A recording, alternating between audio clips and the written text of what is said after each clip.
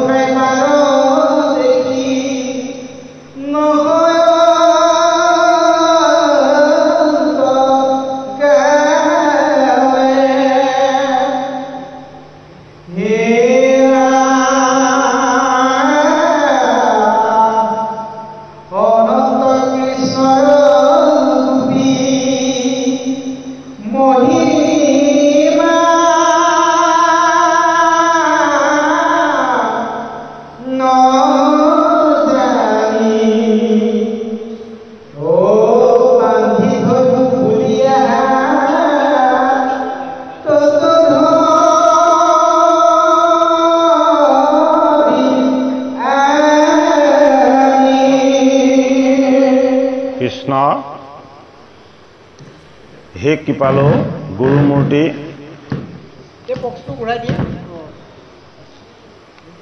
বাপ বান্ধৱ ভকত বৈষ্ণৱ সমস্ত ভাগৱত বৈকুণ্ঠৰ পৰ্বতৰ এই শাস্ত্ৰভাগ মত্যধামৰ শাস্ত্ৰ নহয় এই শাস্ত্ৰভাগ বৈকুণ্ঠৰ শাস্ত্ৰ বৈকুণ্ঠত যিদৰে ভগৱন্ত প্ৰভুৰ ৰত্নৰ সিংহাসনত সৰ্বদা বিৰাজমান হৈ থাকে আৰু ভকত বৈষ্ণৱ সমস্তই হাতত তাল লৈ আৰু চাপৰি বজায় তেওঁক সৰ্বদা উপাসনা কৰি থাকে ভাগৱত শাস্ত্ৰটো আত্মা পৰমাত্মা কৃষ্ণ এই শাস্ত্ৰত থকা চৰিত্ৰসমূহে স্তুতি নতি আৰু উপাসনা কৰি আছে সেইটো কাৰণে এই দুৰ্ঘোৰ কলিযুগত মানুহৰ ইমানেই কলিকিত মল গোট খাইছে যে গুৰুজন ঈশ্বৰ পিতৃ মাতৃ কাকো নমনা হৈছে কিন্তু আনন্দৰ কথা উন্মাদজনকো যদি কেনেবাকৈ কোৱা হয় যে ভাগৱত পাঠ অনুষ্ঠান আছে তেওঁ প্ৰকৃতস্থ হৈ যায় কি কৰে হাত জোৰ কৰি কয় যে আমিও যাতে ভগৱানৰ আশীৰ্বাদৰ অকণমান ভাগ পাওঁ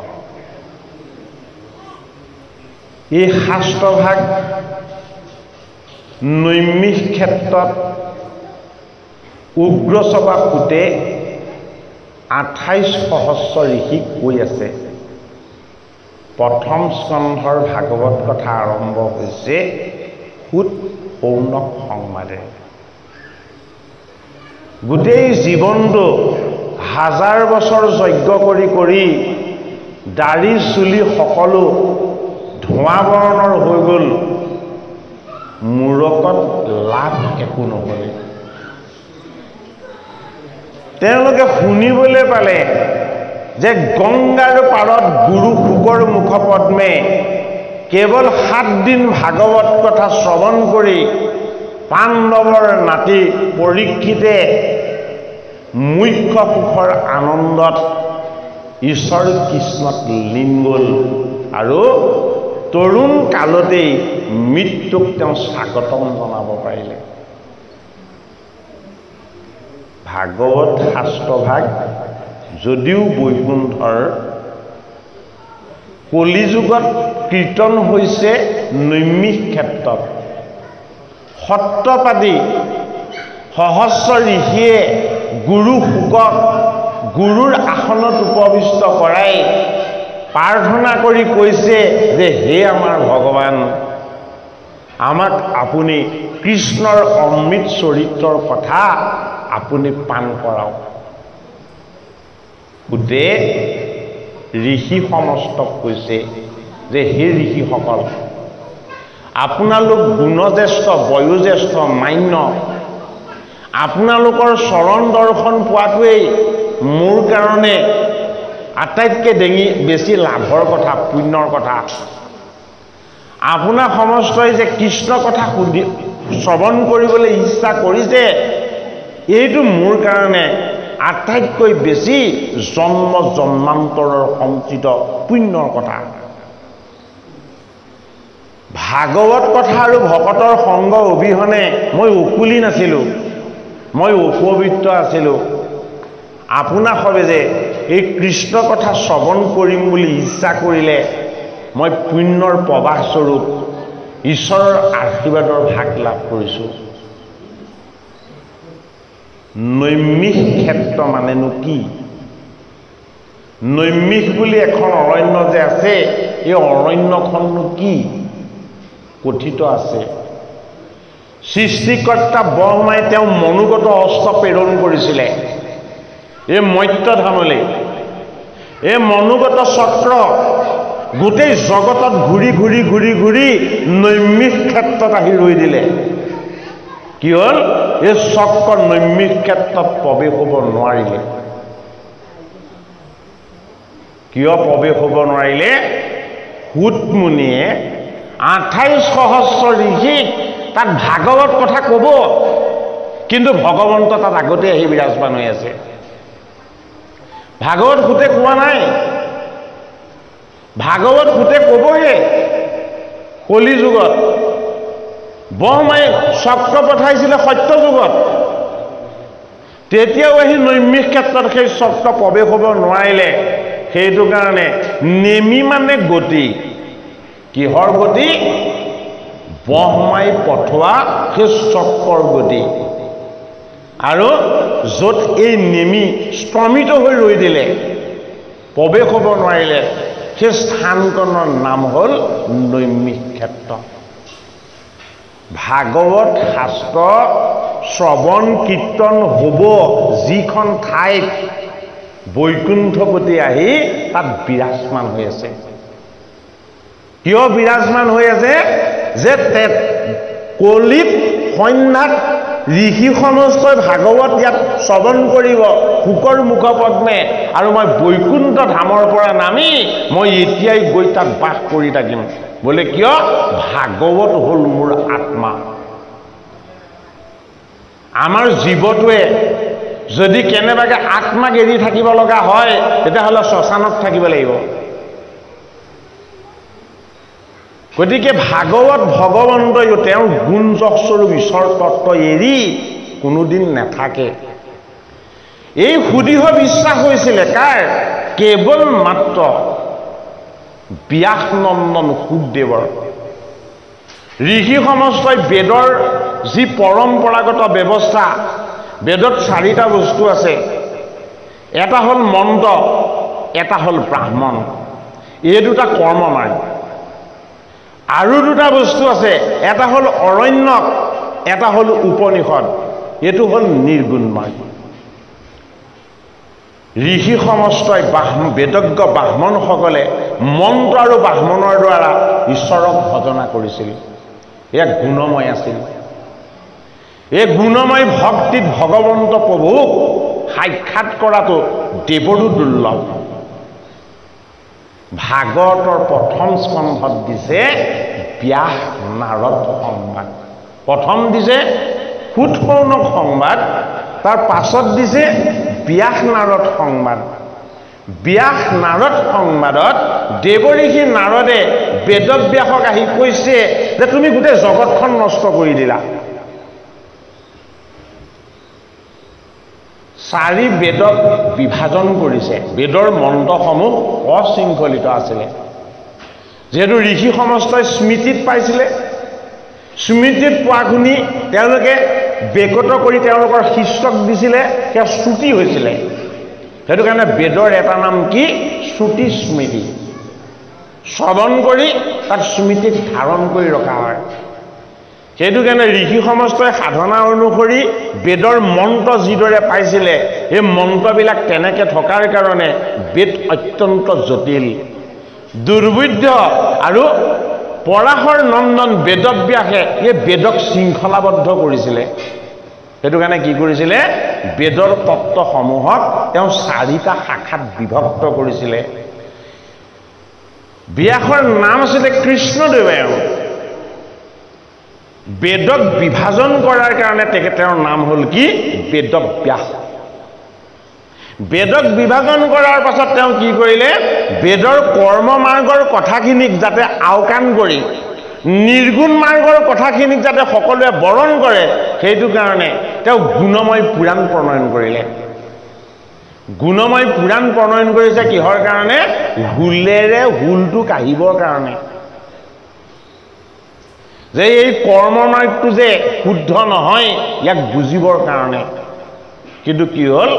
কৰ্ম মাৰ্গত লাগি থাকি সকলোৱে স্বৰ্গ সুখ ভিক্ষা কৰিবলৈ ল'লে সকলোৱে যেতিয়া কেৱল সুখহে বিচাৰে ঈশ্বৰক নিবিচাৰে তেতিয়া বেদব্যাসৰ বদৰিকাশ্ৰমত চিত্ত অস্থিৰ হ'বলৈ ল'লে যে যিটো লক্ষ্যৰ উদ্দেশ্যত মই পুৰাণ প্ৰণয়ন কৰিছিলোঁ এই উদ্দেশ্য পৰা দেখোন সকলো আঁতৰি গ'ল কি হ'ল তেওঁ চিত্ত চঞ্চল হ'ল সেই সময়তেই অশান্ত বেদব্যাসৰ মন শান্ত কৰিবৰ কাৰণে তেওঁ কি ভুল হ'ল সেই ভুলটো আঙুলিয়াই দিবৰ কাৰণে ব্ৰহ্মাৰ মানস পুত্ৰ দেৱঋষি নাৰদৰ আগমন হ'ল সেইটো কাৰণে প্ৰথম স্কন্ধৰ প্ৰথম সংবাদ উৎসৌনক সংবাদ দ্বিতীয় সংবাদ ব্যাস নাৰদ সংবাদ ব্যাসৰ দুখখিনি আঙুলিয়াই দি বেদব্যাসে ক'লে যে তুমি কৃষ্ণৰ গুণদোষ প্ৰচাৰ কৰিব লাগিছিল কিন্তু তুমি জীৱবধ কৰি স্বৰ্গ সুখ ল'বলৈ শিকালা ইয়াত তোমাৰ অপৰাধ হৈছে গতিকে তুমি তোমাৰ ভুলটো সংশোধন কৰা মোক সন্ত মহন্ত সাধু সমস্তই কয় যে বেদব্যাসে ভুল কৰিছে বোলে কি ভুল কৰিছে যে এওঁ জীৱবধ কৰি বলি বিধান কৰি জীৱক সুখ ল'বলৈ দেখুৱাইছে তেতিয়া কৈছে তোমালোক নাৰদ প্ৰভুৱে কি বুলি কয় তোমালোকে ব্যাসক ক'বা কথাটো বোলে ব্যাসক আমি কেনেকৈ ক'ম জগতক ক'লেই নেমানে বোলে কিয় তুমি ব্যাসতকৈও পণ্ডিত ওলাইছানে উপলম্ভ কৰে উপলুঙা কৰে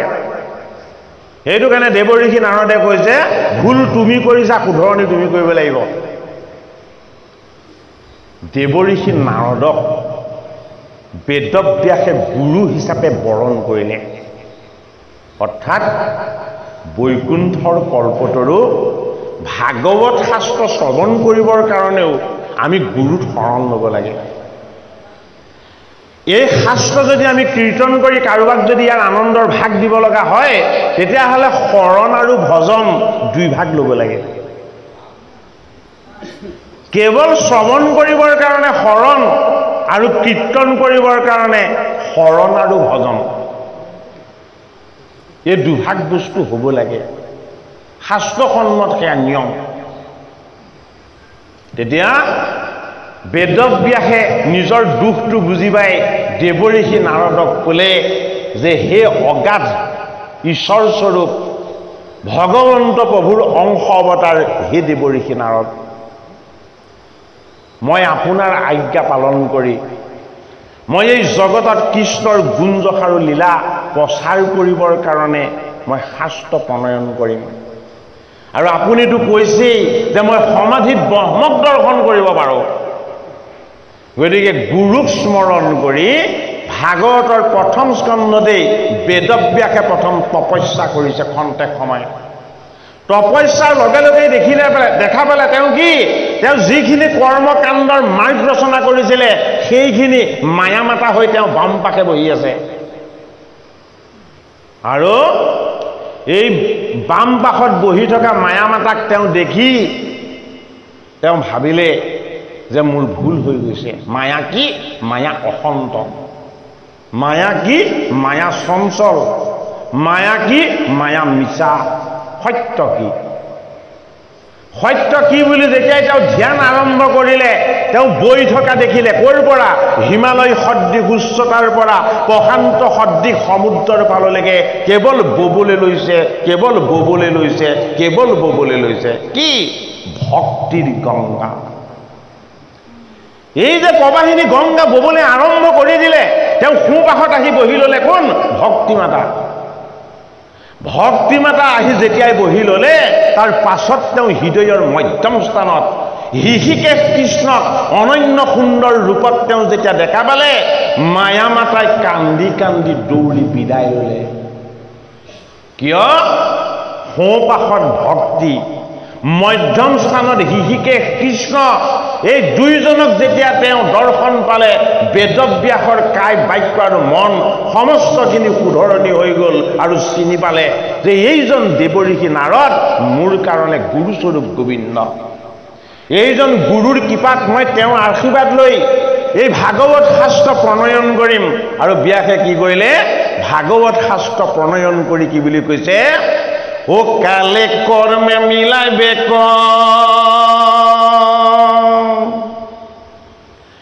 বিষয়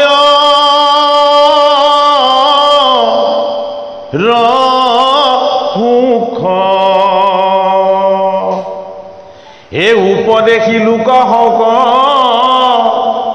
কৃষ্ণক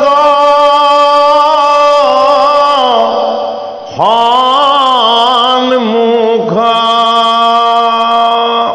কাল মানে সময়, কৰ্ম মানে আমি জীৱনত যিখিনি কৰি আছো, এই কাল আৰু কৰ্ম দুইটাই আমাক মিলাই দিব। বোলে কি? বিষময় বিষয়ৰ সুখ কিনি। বিষয়ৰ সুখ মানে কি?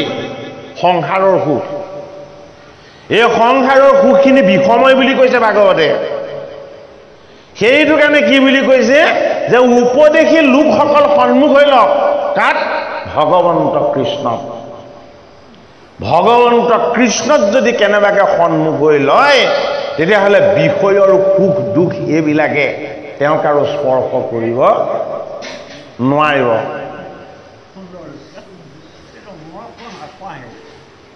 কৃষ্ণদেৱ সমুখ হ'ব।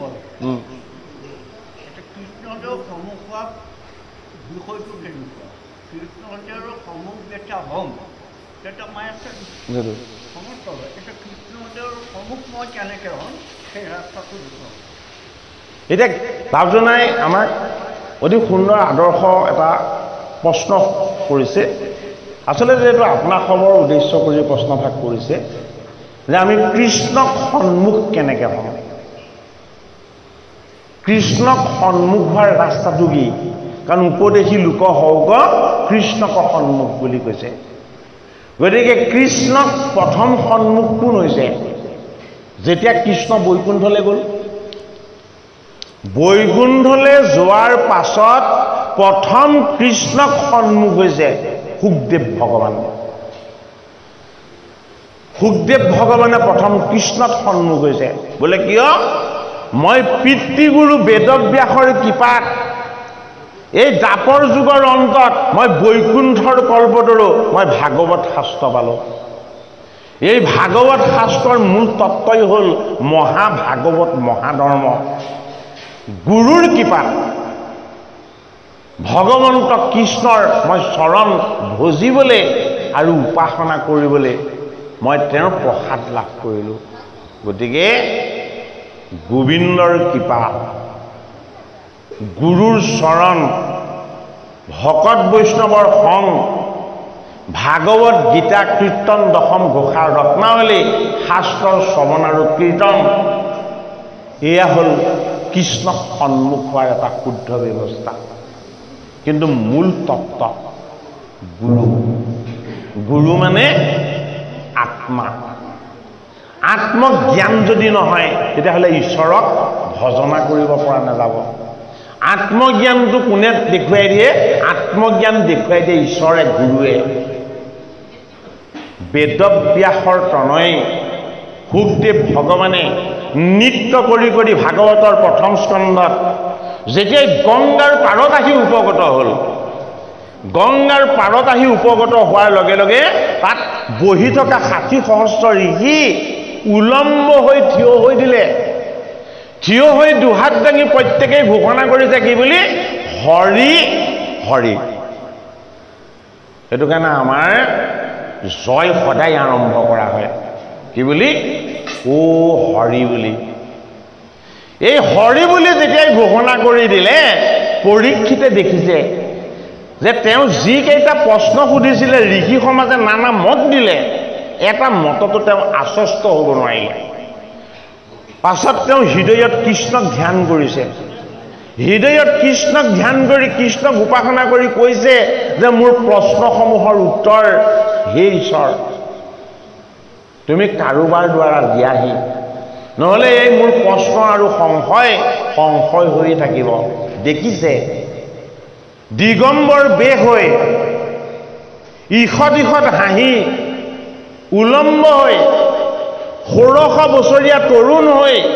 নৃত্য কৰি কৃষ্ণৰ গীত গাই গুণ গাই ব্যাস নন্দন সুখদেৱ আহি ক'ত পাইছে গংগাৰ পাৰ পাইছে অৰ্থাৎ কৃষ্ণক সন্মুখ হ'বৰ কাৰণে প্ৰথম গুৰুজনৰ সন্মুখ হ'ব লাগিব পৰীক্ষিতৰ মুখত কৃষ্ণৰ নাম আছে কৃষ্ণৰ প্ৰতি ভক্তি আছে কিন্তু কৃষ্ণৰ চৰণ দুখন কোনে দেখুৱাই দিব পাৰিব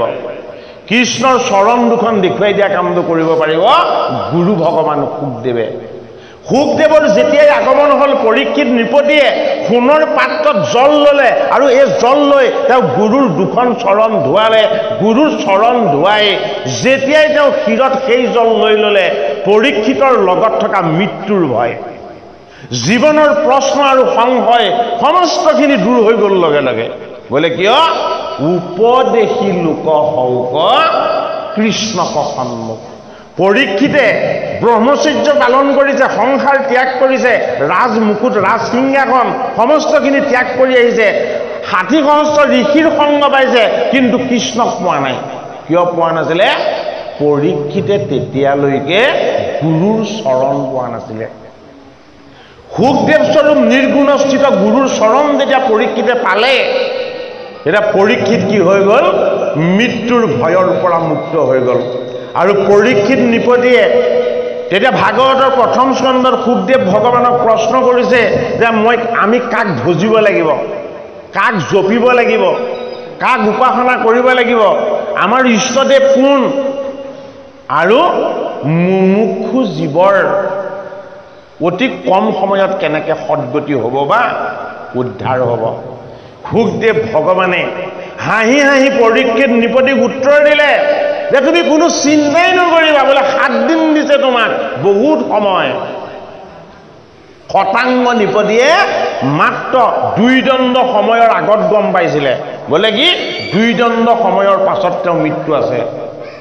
সেই 2 দণ্ড সময়তে তেওঁ এই মৰ্ত্যধামলৈ আহি ভগৱন্ত কৃষ্ণক একান্ত চিত্তে উপাসনা কৰি তেওঁ পৰম পদ লাভ কৰিলে গতিকে হে পৰীক্ষিত নৃপতি তোমাৰ কাৰণে 7 দিন বহুত সময় এই 7 দিন তুমি একান্ত চিত্তে কৃষ্ণ কথা যদি শ্ৰৱণ কীৰ্তন কৰা তেতিয়াহ'লে তুমিতো উদ্ধাৰ হ'বা এইটো খাটাং আৰু এটা কথা এই কথাটো এটা বিষয় যে সংগঠনটো তেতিয়া তেওঁ ক'লে আৰু তোমাৰ মাত্ৰ 2 দণ্ডহে সোমাই তেতিয়া তেওঁ স্বৰ্গতে সেইখিনি কৰি পেলাই নতুন যাব পাৰিলে কিন্তু তেওঁ স্বৰ্গ নাথাকে আকৌ মৰ্ত্যলৈ কিয় আহিলে এই মৰ্ত্যত কিয় কৃষ্ণ কিবালৈ বাপজনাই আৰু অকণমান প্ৰশ্ন অৱতাৰণা কৰিছে আমি তেখেতক সেৱা জনাইছোঁ যে খটাংগ নৃপতি স্বৰ্গৰ ইন্দ্ৰ ৰাজ্যৰ সেনাপতি আছিলে স্বৰ্গত সেই 45 মিনিট সময় থাকি তেওঁ মৃত্যু ল'ব পাৰিলেহেঁতেন কিন্তু তেওঁ স্বৰ্গত নাথাকিলে তেওঁ স্বৰ্গৰ পৰা কি কৰিলে তেওঁ স্বৰ্গৰ পৰা এই ভূমিভাগলৈ নামি আহিলে তেওঁ বাপজনাই প্ৰশ্ন কৰিছে যে তেওঁ স্বৰ্গত যে নাপালে 2 দণ্ড সময়ত ঈশ্বৰৰ চৰণ তেওঁ ভূমিভাগলৈ কিয় নামি আহিবলগীয়া হ'ল ভূমি হৰিৰ পদৰ পৰা উৎপত্তি হৈছে এই ভূমিভাগ ভগৱন্ত বিষ্ণুৰ চৰণৰ পৰা উৎপত্তি হৈছে আৰু স্বৰ্গ ভগৱানৰ শিৰৰ পৰা উৎপত্তি হৈছে ভকতৰ কাৰণে ভগৱানৰ এটাইতকৈ যিকণ ঠাই অতি নিৰ্মল আৰু পবিত্ৰ যিকণ স্থানত ভগৱানক খন্তেকতে পাব পাৰি পদে বিষ্ণু অৰ্থাৎ ভগৱন্ত বিষ্ণুৰ পদ হ'লে ভূমিভাগ আৰু স্বৰ্গ হ'ল সুখৰ ঠাই সুখত ঈশ্বৰক পোৱা নাযায় সকাম ভকতি আৰু ভূমিভাগত কি আছে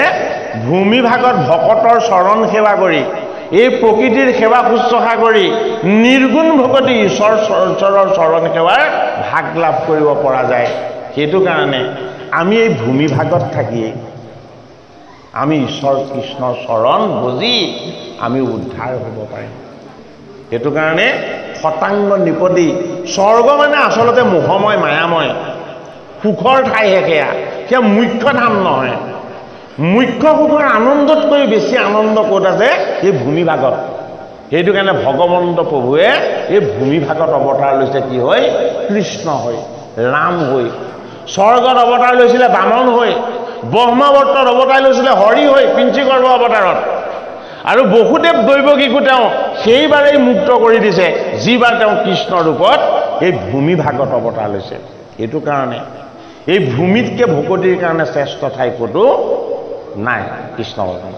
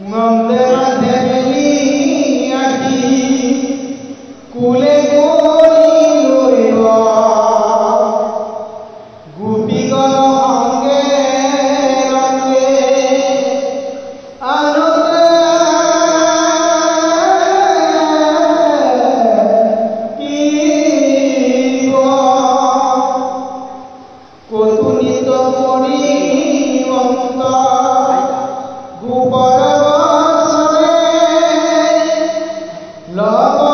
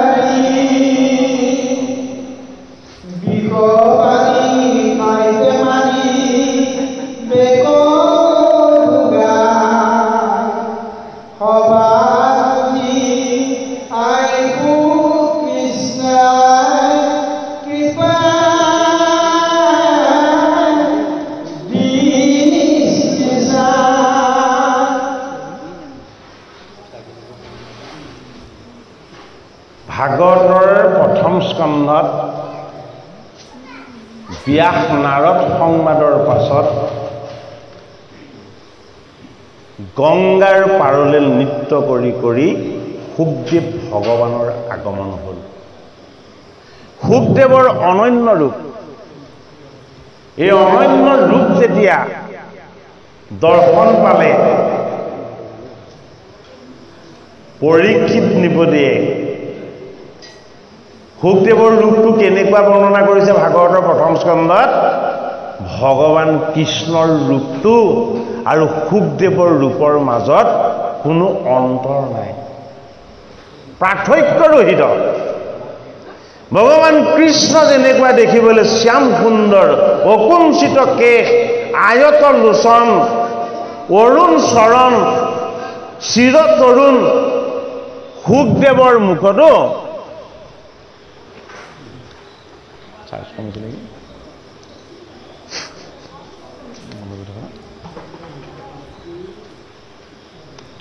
ভগৱান কৃষ্ণৰ দৰে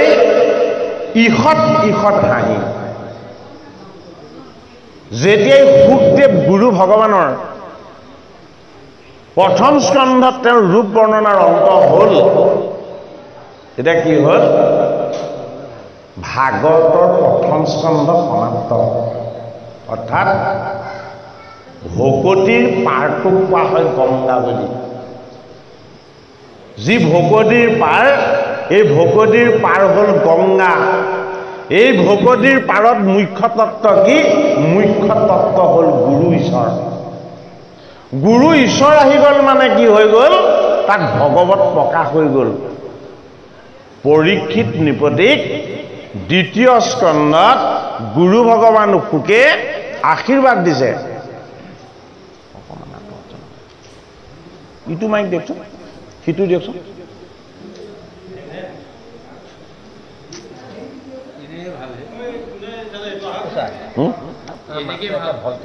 হ'ব, তেতিয়া গুৰু ভগৱান শুকদেৱে গংগাৰ পাৰত পাণ্ডৱৰ নাদি পৰীক্ষিতক যেতিয়া তেওঁৰ প্ৰশ্নৰ উত্তৰ দিবলৈ ল'লে, উত্তৰ দিবলৈ লওঁতে কি হৈ গ'ল, ভগৱন্ত কৃষ্ণ চৈতন্য হৈ গ'ল। গুৰুৰ মুখপদ্মে ভগৱন্ত কৃষ্ণ চৈতন্য হ'ল। কেনেকে চৈতন্য হ'ল? শুকদেৱ ভগৱানে কৈছে যে মই তোমাক এতিয়া যি কথা কম, হে নৃপতি, তুমি এই কথা অতি সাৱধানে শুনিব লাগিব। কিয় সাৱধানে শুনিব লাগিব? মই তোমাক যিখিনি কৈ থাকিম তুমি সেইখিনি দেখি থাকিবা। মই বাক্যত যিখিনি স্মৰণ কৰিম সেইখিনি আহি তোমাৰ সন্মুখত দেখা দিব। সেইটো কাৰণে তুমি কায়, বাক্য আৰু মন সকলোখিনিক এক কৰি তুমি ঈশ্বৰৰ চৰণত সংযোগ হৈ লোৱা। গুৰু ভগৱান শুকে যেতিয়াই কৈ দিলে যে এই ভাগ মৰ্ত্যৰ শাস্ত্ৰ নহয়, এই ভাগ বৈকুণ্ঠৰ শাস্ত্ৰ, আৰু এই বৈকুণ্ঠৰ শাস্ত্ৰৰ মূল তত্ত্ব হ'ল কি? মহাভাগৱত মহাধৰ্ম। গতিকে ভাগৱত শাস্ত্ৰই আমাক কি ধৰ্মৰ বিষয়ে জনাইছে? ভাগৱত ধৰ্মৰ বিষয়ে জনাইছে সুখদেৱ ভগৱানে পৰীক্ষিত নৃপতিৰ গোটেই কেইটা প্ৰশ্নৰ উত্তৰ কেৱল এটা শব্দত দিছে বোলে কি মই তোমাক যি কম এয়া হ'ল ভাগৱত ধৰ্ম এটা সুখদেৱে কৈছে যে মই তোমাক ভাগৱত ধৰ্মৰ কথা যে কম ভাগৱতৰ দ্বিতীয় স্কন্ধত আৰম্ভ হৈছে কি ভাগৱতৰ তৃতীয় সংবাদ প্ৰথম স্কন্ধত সুত সৌনক সংবাদ আৰু ব্যাস নাৰদ সংবাদ দ্বিতীয় স্কন্ধত আৰম্ভ হ'ল কি পৰীক্ষিত সুখ সংবাদ পৰীক্ষিত সুখ সংবাদৰ প্ৰসংগহে আহিছে কিন্তু সংবাদ আৰম্ভ হৈ গ'ল কাৰ ব্ৰহ্মা নাৰদ সংবাদ এটা যি চলি আছে এয়া ব্ৰহ্মা নাৰদ সংবাদ আমি যোৱা পাঠ বিশ্লেষণত ব্ৰহ্মা নাৰদ সংবাদৰ তত্ত্ব বিষয়টো অকণমান কৈছিলোঁ আজি আমাৰ আচাৰ্য প্ৰভু আহিছে গতিকে আপোনাৰ সব আজি বহুতজন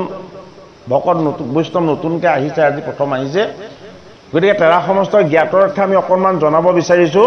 যে দ্বিতীয় স্কন্ধত মহাভাগৱত মহাধৰ্ম আৰম্ভ হোৱাৰ লগে লগে কিয়নো ব্যাস নাৰদ সংবাদ চলি গ'ল ব্যাস কি ব্ৰহ্মা নাৰদ সংবাদ চলি গ'ল ব্ৰহ্মা কি ব্ৰহ্মা হ'ল এই জগতলৈ অহা প্ৰথম জীৱ কি জীৱ যিজনে প্ৰথম ঈশ্বৰক দৰ্শন পাইছিলে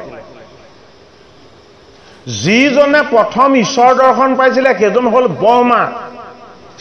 কেনেকৈ দৰ্শন পাইছিলে তত্ত্ব কথাখিনি ক'ব ভাগৱতৰ তৃতীয় স্কন্ধত ব্ৰহ্মাই কেনেকৈ ঈশ্বৰ দৰ্শন পাইছিলে দ্বিতীয় স্কন্ধ সমাপ্ত হ'ব কিহেৰে ব্ৰহ্মা নাৰদ সংবাদেৰে আৰু তৃতীয় স্কন্ধ আৰম্ভ হ'ব কিহেৰে তৃতীয় স্কন্ধ আৰম্ভ হ'ব বিদুৰ মৈত্ৰেয় সংবাদেৰে সৃষ্টিৰ ৰহস্য কথাখিনি ক'ব লাগিব মৈত্ৰেয় ঋষিয়ে কাক বিদুৰক মহাভাগৱত মহাধৰ্ম কথাখিনি কোনে ক'ব সৃষ্টিকৰ্তা ব্ৰহ্মাই ক'ব কাক ক'ব তেওঁ মানস পুত্ৰ দেৱঋষি নাৰদক সেইটো কাৰণে দ্বিতীয় স্কন্ধৰ মূল তত্ত্ব কথাই হ'ল কি মহাভাগৱত মহাধৰ্ম এই ভাগৱত ধৰ্মটোক লাভ কৰিছিলে কোনে সৃষ্টিকৰ্তা ব্ৰহ্মাই ব্ৰহ্মা কি ব্ৰহ্মা হ'ল প্ৰথমজন বৈষ্ণৱ দ্বিতীয়জন বৈষ্ণৱ কোন আছিলে ব্ৰহ্মাৰ মানস পুত্ৰ কুমৰ চাৰিজন চাৰিকিদ্ৰ তৃতীয়জন বৈষ্ণৱ হ'ল ব্ৰহ্মাৰ মানস পুত্ৰ দেৱঋষি নাৰদ চতুৰ্থজন বৈষ্ণৱ হ'ল কোন চতুৰ্থজন বৈষ্ণৱ হ'ল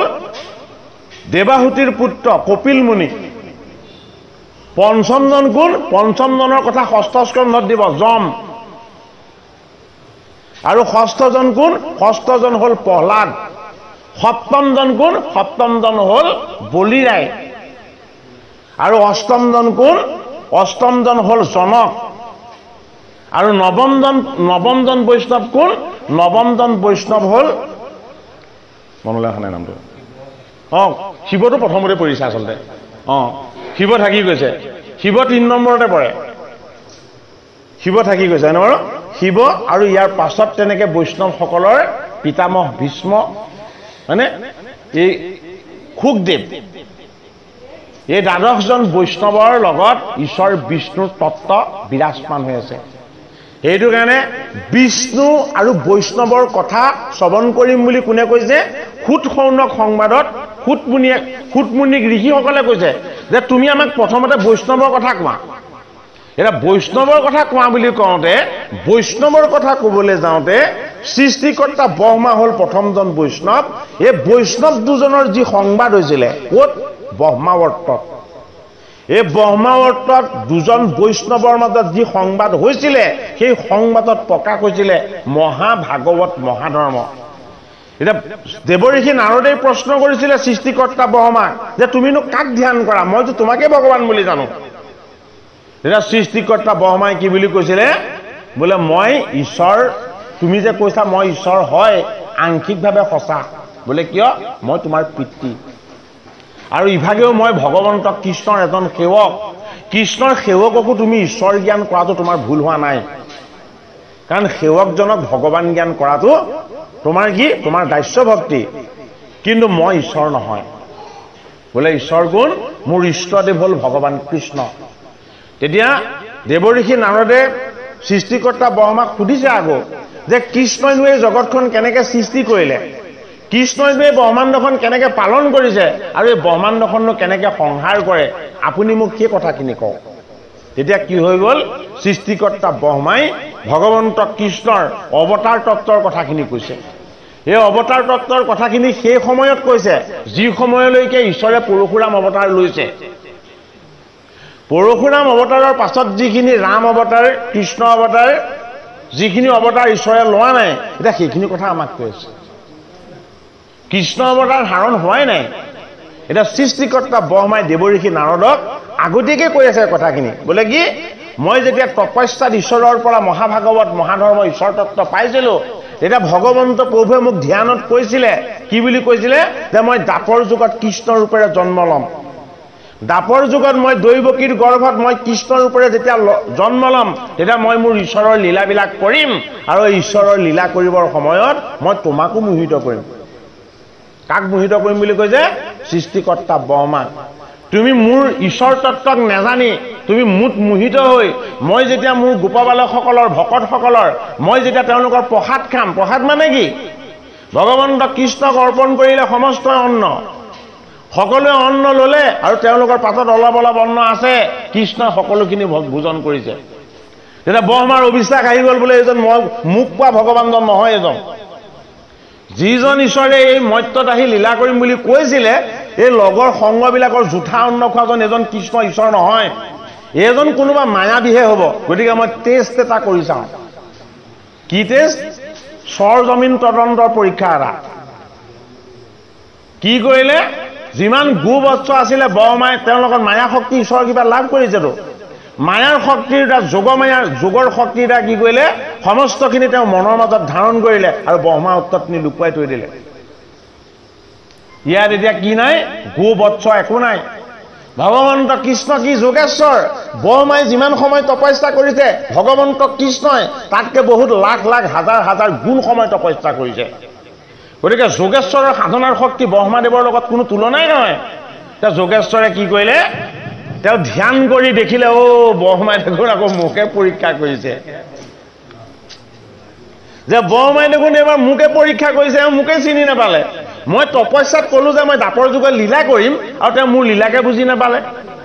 তেতিয়া গম মই জুঠা খোৱাৰ কাৰণে মোক চিনি পোৱা নাই আৰে মই কিমান কৃপাময় হৰি তোমাক সেইটোহে দেখুৱাইছিলোঁ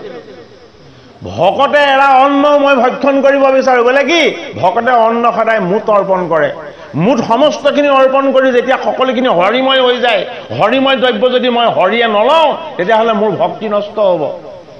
এই ভক্তিক উচ্চ স্থানত ৰাখিবৰ কাৰণে কৃষ্ণই সেই লীলা কৰিছিলে আৰু ব্ৰহ্মাদেৱে চিনি নাপালে সমস্ত গোবৎস হৰণ কৰি ব্ৰহ্মাবৰ্ত লুকুৱাই থলে আৰু কৃষ্ণই কি কৰিলে কৃষ্ণই যোগ আৰু সাধনাৰ দ্বাৰা যিমানখিনি গোবৎস আছিলে গোটেইখিনি নিৰ্মাণ কৰি ল'লে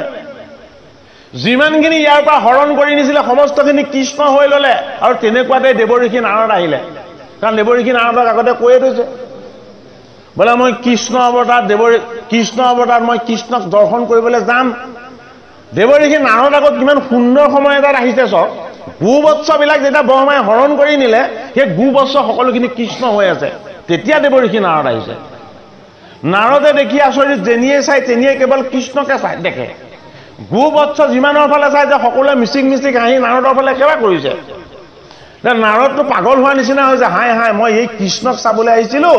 বৃন্দাবনৰ তিনতৰু লতিকা সকলো কৃষ্ণ মূৰ্তি হৈছে যত যিমান বিৰিখ আছে নদী আছে সকলো কৃষ্ণ মূৰ্তি হৈছে সকলো কৃষ্ণ মূৰ্তি হৈ মোৰ ফালে চাই সেৱা কৰিছে মই কি কৰোঁ এতিয়া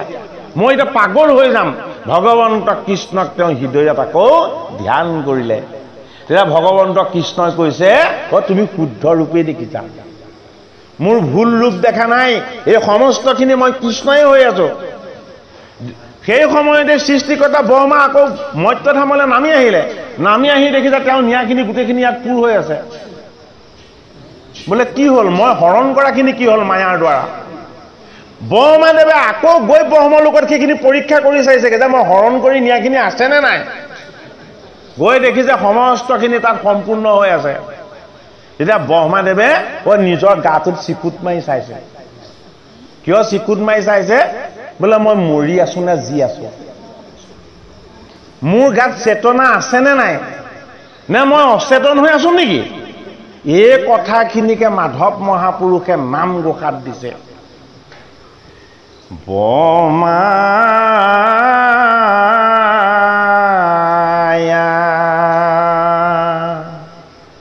ধিকৰি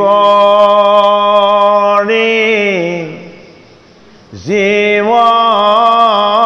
জগত ৰাম ৰাম ৰাম ৰাম ৰাম অমায়া হয় জামাজে আশ্ৰয় ঘুমতি যায় তুমি হে চৈতন্য সনাতন হে ৰাম ৰাম ৰাম ৰাম ৰাম হে আমি অচেতন নিয়োগ নাথ গাই আমি অচেতন নিয়োগ নাথ গাই বৰমাই চিকুট মাৰি চালে চাই পেলাই কি গম পাইছে যে মই চিকুট মাৰি চোৱাটো দেখোন চেতনা নাই তেতিয়াহ'লে কি হ'ল ঐ মোৰ এইটো মায়াৰ সজ্জা এইটো চৈতন্য নহয় মই যিখিনি হৰণ কৰি নিছিলোঁ সেইখিনি ইয়াতো আছে আৰু গৈ গোকুল ধামত চাইছোঁ তাতো আছে কি হ'ল মোৰ তেতিয়া ব্ৰহ্মা কি হ'ল ব্ৰহ্মা ভগৱন্ত কৃষ্ণৰ মায়াত অচেতন হৈ পৰি গ'ল ব্ৰহ্মাৰ গাত চেতনা নাইকিয়া হৈ গ'ল তেতিয়া ব্ৰহ্মাদেৱে অচেতন হৈ ভগৱন্ত কৃষ্ণক স্তুতি কৰিছে যে হে দৈৱকীৰ নন্দন তুমি মোক প্ৰথম তপস্যাত দৰ্শন দিছিলা আৰু তুমি মোক তেতিয়া কৈছিলা যে দাপৰ যুগত তুমি কৃষ্ণ ৰূপেৰে অৱতাৰ লৈ মোকো তুমি আশীৰ্বাদ দিম বুলি কিন্তু মই তোমাৰ জড় মায়াৰ তত্ত্বলে মই জীৱ হৈ আহিলো মই শিৱ নহয় তোমাৰ অংশহে মই তোমাৰ তত্ত্ব আৰু ঈশ্বৰৰ মহিমাক মই বুজি নাপালো সেইটো কাৰণে মই তোমাক শৰণ লৈছো মই তোমাক ভজিছো মই তোমাক উপাসনা কৰিছো মোৰ এই দেহটো মিছা বস্তু এইটো চৈতন্য বস্তু নহয় আৰু মই মিছাতে আশ্ৰয় লৈছিলো সেইটো কাৰণে তুমি সত্য এইবাৰ মই তোমাৰ চৰণত আশ্ৰয় লৈছো কি হৈ গ'ল ব্ৰহ্মাদেৱ অচেতন অৱস্থাৰ পৰা আকৌ চেতনা সম্পন্ন হৈ গ'ল কিয় চেতনা সম্পন্ন হৈ গ'ল কৃষ্ণৰ মহিমা বুজি পালে কৃষ্ণক যোগেশ্বৰ বুলি চিনি পালে কৃষ্ণই যে সকলোৰে মালিক সেই কথাটো তেওঁ অনুভৱ কৰিলে আৰু সৃষ্টিকৰ্তা ব্ৰহ্মাই কৃষ্ণক সেৱা কৰি ক'লে যে হে দৈৱকীৰ নন্দন মই অজ্ঞানী মোহমতী মই তোমাক পৰীক্ষা কৰিব নালাগিছিলে কিন্তু মই তোমাৰ মায়াত মোহিত হৈ আছো সেইটো কাৰণে তোমাক পৰীক্ষা কৰিলো এনেকুৱা ধৰণৰ পৰীক্ষা আৰু মই কোনো জনমত কেতিয়াও নকৰো মানে বাৰু এই তত্ত্ব কথাখিনি কাক কৈ আছে সৃষ্টিকৰ্তা ব্ৰহ্মাই দেৱঋষি নাৰদক কৈ আছে এটা বৈশিষ্ট্যটো এইটোৱেই ব্ৰহ্মাই যি কৈ আছে নাৰদে সন্মুখত চব দেখি আছে কৃষ্ণই অৱতাৰ লোৱাই নাই কৃষ্ণৰ কথাখিনি ব্ৰহ্মাদেৱে কৈহে আছে যিখিনি কথা কৃষ্ণৰ কথা ব্ৰহ্মাদেৱক কৈ আছে অৱতাৰ তত্ত্বৰ গোটেই কথাখিনি সৃষ্টিকৰ্তা ব্ৰহ্মাই দেখি আছে বোলে কিয় দেখি আছে কৃষ্ণৰ কথা শ্ৰৱণ মনন অনুভৱ আৰু আত্মাক যদি কেনেবাকে এক কৰি দিয়া যায় তেতিয়াহ'লে সেইখিনি দৰ্শন পোৱা যায় ভাগৱত শাস্ত্ৰত সেই বিশ্বাসটো আছে এইটো কাৰণে কি কৰিছে যশোদা মাতাৰ কথা কি কৈছে লৌনুখিনি ভাণ্ডবিলাক ভাঙি নষ্ট কৰি দিয়াৰ কাৰণে কৃষ্ণক কি কৰিলে কৃষ্ণক নি উৰালটোত বান্ধিবলৈ যত্ন কৰিলে হয়নে নহয় উৰালত বান্ধিবলৈ যশোদা মাতাই যত্ন কৰিছে কিন্তু গৃহত যিমান ৰছী আছে সকলো আনিছে তেওঁ কেতিয়াও বান্ধিব পৰা নাই বোলে কিয় জুখি চাওঁতে গাঁঠিটো দিবলৈ লওঁতে গাঁঠিটো নাখায় দুৱাঙুল কম হৈ যায় হয়নে বাৰু ভগৱান কৃষ্ণক বান্ধিবলৈ ৰছী দুৱাঙুল লাগে ভগৱান কৃষ্ণই তাকে বুজাইছে যে মোক এই তুমি মিটাৰ বা গজেৰে সৈতে জুখিব পৰা এই মায়াৰ জৰিবিলাকে সৈতে মোক বান্ধিব নোৱাৰা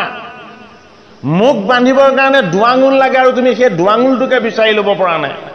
পাছত মাকে কপালৰ ঘামখিনি মাটিত পেলাই পুত্ৰ কৃষ্ণক ক'লে কানাই মই চাৰাণ্ডাৰ কৰি দিছো বোলে কিয় মই তোক বান্ধিব নোৱাৰো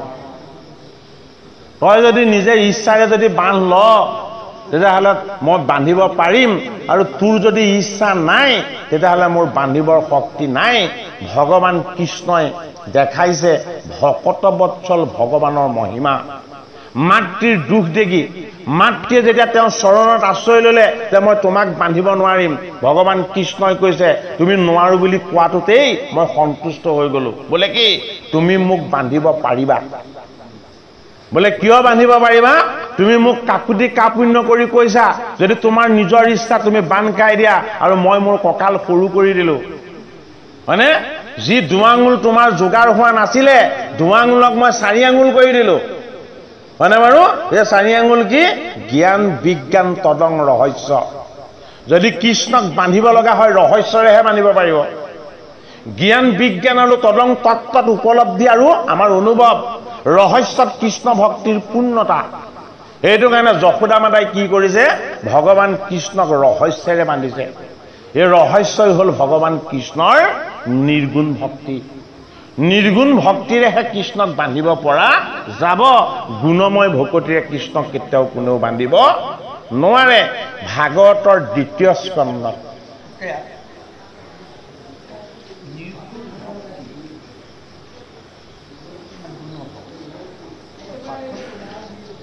কম অকণমান আইডেণ্টিফাই হ'ব লাগে